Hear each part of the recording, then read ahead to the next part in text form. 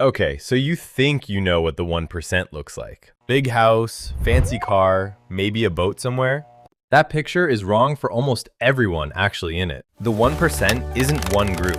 It's dozens of tiers stacked on each other. And the gap between the bottom and the top is staggering. In the US, the entry point to the 1% is around $1 million net worth. That sounds like a lot until you realize what it actually buys. It might just mean your house is paid off and your 401k looks healthy. You still go to work Monday morning like everyone else. Welcome to the bottom rung of a very tall ladder. At this level, most of that million is trapped in your home. Sell the house, and suddenly, you don't feel rich at all. This is the doctor, the small business owner, the senior engineer. Comfortable, secure, nowhere close to done working. They still check the price before ordering wine. Move up slightly, and something changes. Cash starts appearing. Around 2 to 3 million, savings stop being just home equity. Now there's an actual investment account with real numbers in it. Maybe a rental property, maybe stock options that vested. Life looks similar, but the stress underneath it starts to lift. At 5 million, the math shifts in a real way. A 4% withdrawal rate now covers $200,000 a year. That's enough to stop working if you're willing to live modestly. Most people at this level don't stop. They keep climbing instead. Private school for the kids becomes a real option, not a stretch. A nicer car, a vacation home, nothing outrageous, just easier. This is where rich starts to feel believable from the outside. From the inside, it still feels like normal life, with better cushioning. The neighbors might assume you're loaded. You don't feel that way. You're rich enough to relax, not rich enough to stop thinking about money. $10 million is where things genuinely start to change. This is the unofficial entry point into what people call real wealth. A financial advisor stops being optional and becomes a fixture. Multiple properties, a boat maybe, first-class flights, always. Kids go to expensive schools without a second thought. And yet, 10 million still isn't FU money. Not quite. You could still lose a chunk of it to one bad decade of markets. You're wealthy, you're not untouchable. That distinction still matters. At this stage, people start hiring instead of doing everything themselves. A bookkeeper, a property manager, the beginning of delegated life. 20 to 30 million is where privacy becomes a purchasable good. Gated communities, ND, as for household staff. A quieter public footprint. This is roughly where a family office starts to make financial sense. Not your own office yet, but shared services built for people like you. Someone else now manages your taxes, your trusts, your philanthropy. You stop thinking in salary and start thinking in portfolio performance. A second home becomes a third, maybe in a different country entirely. Kids grow up assuming certain doors will always open for them. You still fly commercial sometimes, first class, but still commercial. The gap between well-off and wealthy is now fully behind you. $50 million changes the emotional math around risk. Losing a few million in a bad year barely registers on the lifestyle. This is where people start buying things purely because they can. Art collections, vintage cars, a wine cellar that needs its own room. Philanthropy becomes strategic, not just a checkbook donation. Your name might start appearing on a hospital wing or a university hall. Household staff isn't occasional help anymore. It's a small team. A chef, a driver, someone who manages the other people you employ. You stopped comparing yourself to your neighbors entirely. Now you're comparing yourself to people you've never even met. Somewhere around 100 million, a full family office appears. This isn't shared services anymore. This is your own private staff. Lawyers, accountants, investment managers, all working for one family. Their entire job is protecting and growing what you've already built. This is centimillionaire territory, 100 million and up. Fractional jet ownership stops being a luxury and becomes routine. You don't check flight prices, you check which jet is available. Real estate now spans continents instead of just neighborhoods. A place in Aspen, a flat in London, a villa somewhere warm in winter. This is wealth that outlives you almost by accident at this point. Estate planning becomes one of the most important jobs in your life. Not spending it all is now harder than earning it was in the first place. Generational wealth planning starts here, not at the billion mark. Trusts get structured to survive grandchildren you haven't met yet. Tax attorneys become as important to you as your closest friends. And still, this isn't the level where people call you a billionaire. It just means the next 50 years are financially already solved. Most centimillionaires still work, not because they need to, habit. Building things becomes the point once survival stops being one. Money at this stage buys time back more than it buys objects. Now here's the jump almost nobody's brain is built to understand. From 100 million to 1 billion isn't 10 times bigger.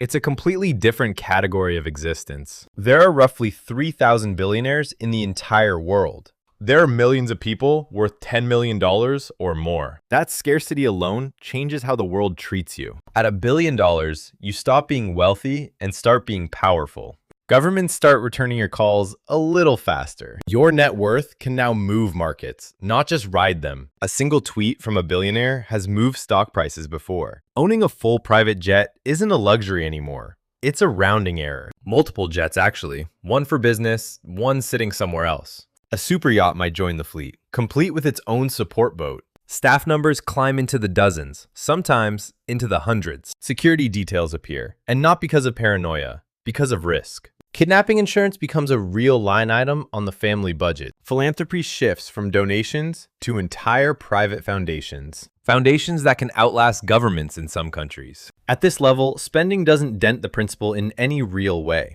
You could give away 100 million and barely feel it happen. This is where the myth of just like us but richer completely dies. Billionaires don't shop like wealthy people. They own the store instead. They don't invest in the market.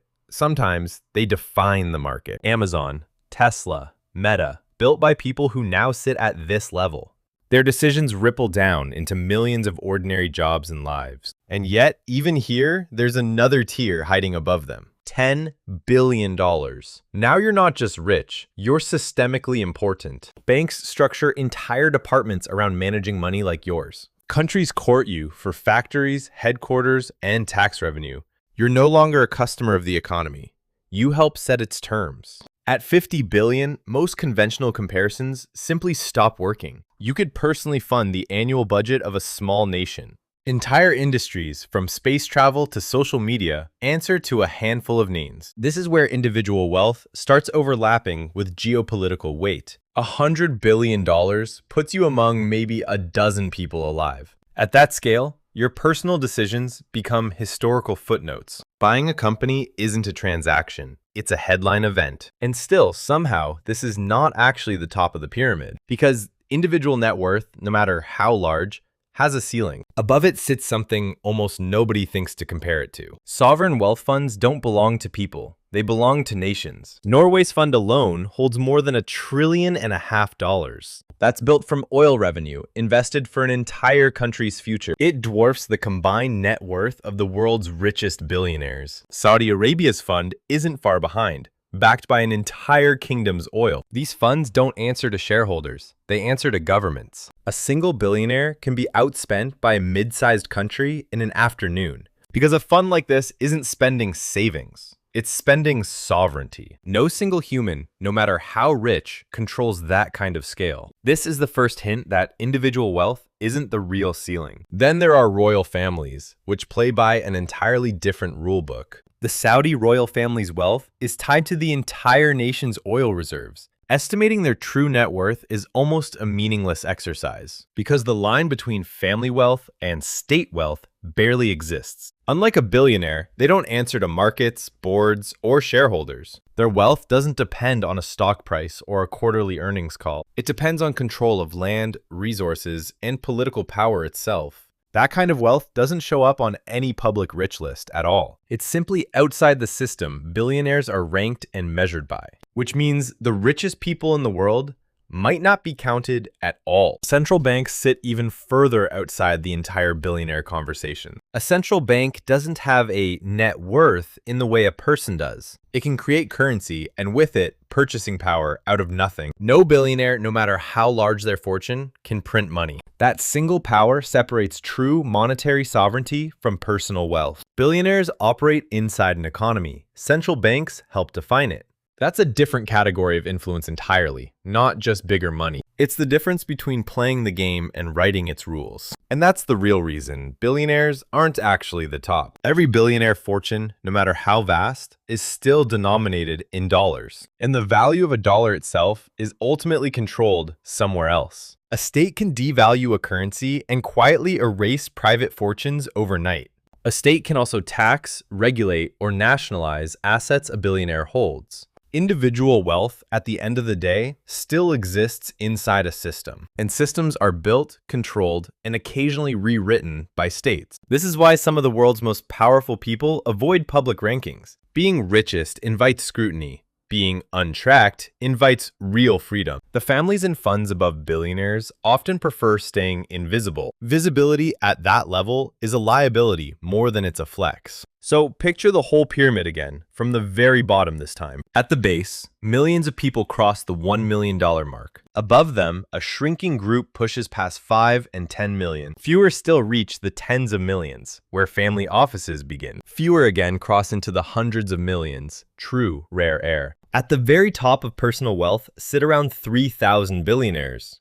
Impressive, rare, genuinely powerful on a global scale. But above even them sit sovereign funds, royal fortunes, and central banks. Entities that were never built to be individually owned in the first place. Because past a certain point, wealth stops being personal entirely. It becomes structural, built into the architecture of entire nations. A billionaire can lose everything in one catastrophic decade. A sovereign wealth fund is designed to outlive governments themselves. A central bank doesn't even measure itself in the same units as a person. That's the real ceiling nobody puts on the glossy magazine covers. Not a person, not a name, not a face you'd recognize on the street.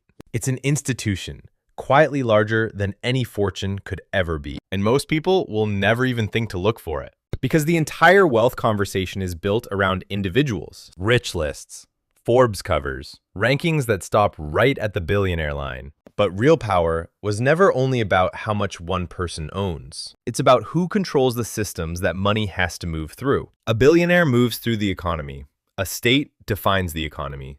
That distinction is easy to miss and impossible to overstate. So next time someone says a billionaire has unlimited money, remember this: their fortune still has a ceiling, a currency, and a country attached to it. Somewhere above them sits an institution that doesn't have those limits. One that can outlast their fortune, their company, and their name. The 1% is real. The 0.1% is realer. Billionaires are rarer still. But the actual apex was never a person to begin with. It was always the systems, the funds, and the states behind them. The people who understand this stop chasing a number on a screen. They start paying attention to what actually controls that number, because a dollar figure can be taxed, devalued, or regulated away. Structural power, the kind states and institutions hold, rarely can. That's the quiet lesson hiding underneath every rich list ever published. The names change every year. The structure above them almost never does. Wealth at every single level is really just proximity to control. The closer you get to the top, the less it looks like money at all. And the more it looks like access, structure, and quiet permanence. So the real question was never how many billions someone has. It's who actually gets to define what a billion is worth in the first place. The people who do well in this game aren't the ones chasing a number. They're the ones who understand power as closely as they understand money.